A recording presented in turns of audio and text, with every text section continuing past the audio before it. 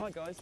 Well, basically today I've got two mates coming around who are couriers and they've got terrible diet, lunch, dinner, you name it, right? So I want to get some nice little bits and pieces from this fantastic cheese shop and see if we can convert them. All right, Ben. G'day, Jamie. How you doing, mate? Yeah, nice to see you. Excellent. I need to get like 3 or 4 really nice English cheeses. Yep. Definitely a cheddar, definitely a Wensleydale. Try this. This is a little bit of a variation on a cheddar. This is called Doddington. Doddington? Made up in Northumberland. It's a little bit different. But very Smooth, tasty. isn't it? Yeah, it's nice. Fantastic. What do you reckon? Some goat's cheese. Lovely. Have a taste of the Ticklemore just here. Ticklemore? Ticklemore goat's cheese. Is that a cheese. place? Ticklemore's in Totnes, yeah. Devon. Oh. You love your goats, don't you?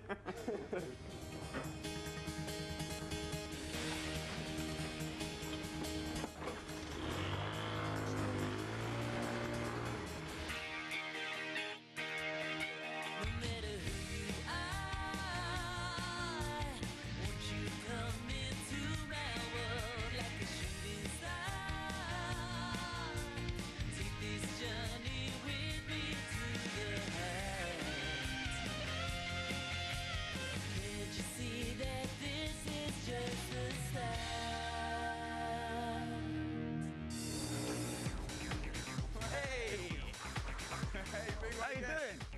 We're good, how are you? You alright? Yeah, we're good. You're early, boys. I know, we're going to get some beers. Alright, Where can we get some? look, down there, about 5 minutes on the right. Give us a knock when you get, because I haven't started cooking yet. Sweet, boys, see you later.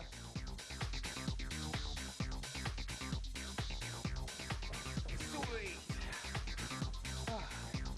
Right.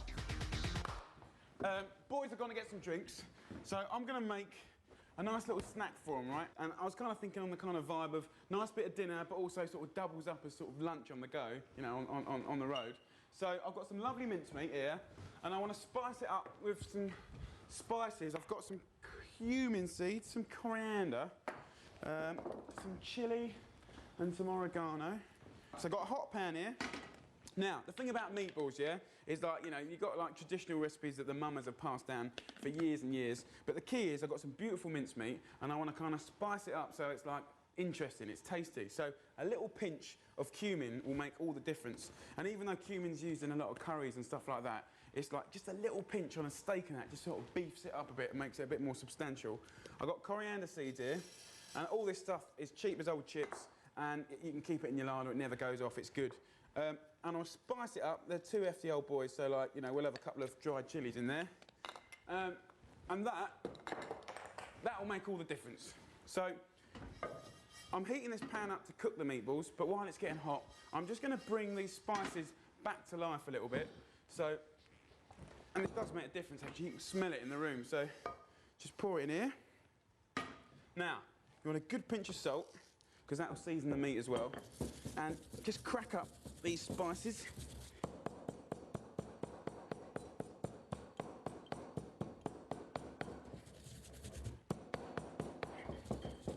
Give them a good old bash. Get them in there. I've got some dried oregano. This is like the kind of posh stuff in a bunch, but you can use the kind of normal stuff as well. Just like a tablespoon of it, really. Nice little flavour. What else am I going to use? Just a little bit of rosemary, if you've got it. I think rosemary's pretty nice, actually. It just kind of makes the meatballs sort of like not ordinary, you know? Here we go. Give it a little chop. Gormatan. So let's get all that in there. Okay, so the rosemary's in there. Now what I'm going to add to this is a good pinch of pepper, a good pinch of salt, about 2 handfuls of breadcrumbs, and you can just get some like cheap old bread. If it's stale, whiz it up in a Magimix or just break it up in your hands. 1 egg, and that basically will give you your meatball mix, which basically is the same as like a burger mix, yeah? So it's pretty handy. Just get a spoon and give it a good old mix, and you kind of just bring it together to get all the flavours going a bit.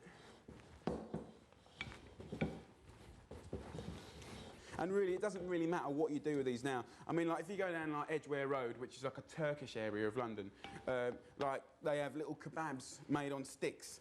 And, like, literally, if you just squeeze, like, a thin sort of sausage onto the kebabs and you grill them on barbies or on a barbecue or in the oven or something, they'll be wicked. And you can spice them a little bit more with sort of chilli and stuff like that. So, that's all good. Now, to make the meatballs, where's that? I'm just going to fill this up with some water and just pat them together like this. Put your hand in some water and they get nice and smooth. There you go. So just get yourself like a ping pong ball sized piece of mincemeat, dip it in some water and just give it some of that.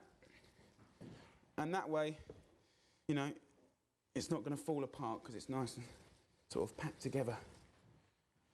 Get the last one together.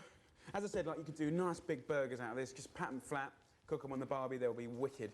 And at the end of the day, right, if you get a nice little bit of chuck steak to make your mincemeat, it's going to be fantastic. So, that's all those done. Get rid of that. Now, what I've got over here is I've got some basic tomato sauce. Basically, I just fried off some, you know, 1 garlic clove, 1 onion, little bit of olive oil, add 2 tins of tomatoes, and that's it. Bit of salt and pepper. Simmer it for about 15 minutes. And I've got my hot pan here. What I want to do is just add a little bit of oil, and then put my meatballs in there. I just want to fry them off.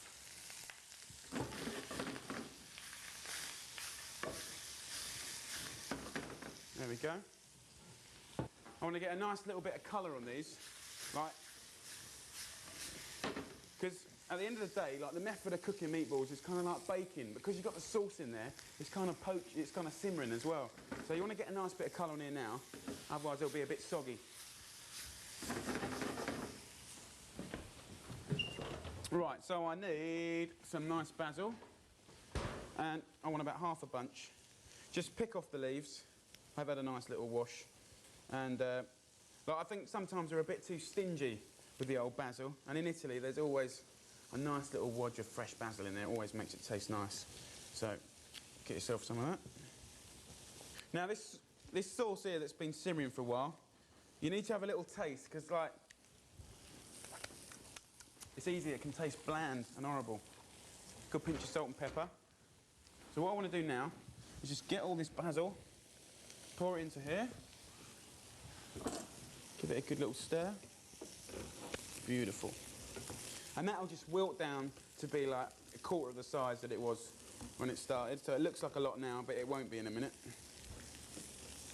And if you want to, like, tweak it with a bit more chilli, you can, but I'm just keeping it simple. A little bit of salt and pepper. Have a little taste. Nice. So, all you want now is a little bit of mozzarella and parmesan. That's what I like anyway to finish it. You want about 3 of these small mozzarellas. Just slice them up. Mozzarella, I think, is pretty important, really. And, like, you can have it just as, like, meatballs on its own. You can have it with spaghetti like they do in America and Italy and stuff. It's probably the best way. I'm going to do a little bit of spaghetti. But what I thought is, like, you know, you could have this for dinner, and then, like, you can heat it up in the leftovers up in the morning, whack it in a thermos flask, mate, and you've got, like, a wicked little lunch, and all your mates will be a bit jealous, but let's see what they think. So what I want to do is get this sauce, pour it on the bottom, make it flat, get your balls, just get them in there,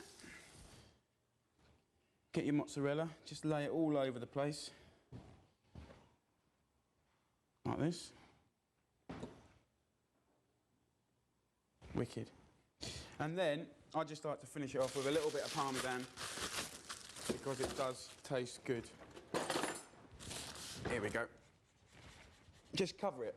And it's pretty fine anyway, so it's like, it looks more than what it is. Go on, my son. Ah, dear.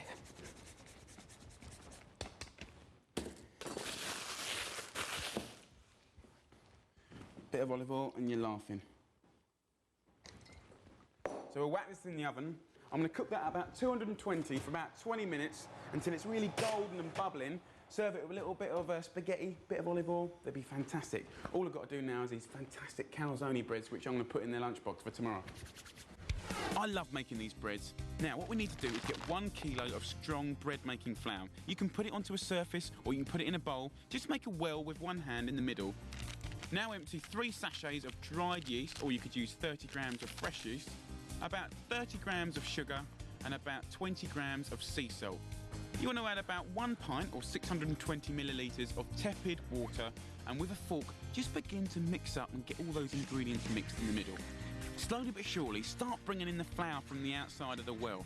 Give it a good old mix, it'll go a bit pasty, then a bit lumpy, and then it'll start to come together like a nice old dough. Then that's the best bit. Get your hands in there, go on, knead it up, really give it some, go on, get all the aggression out. Before you know it, you've got a beautiful bit of dough. Lovely.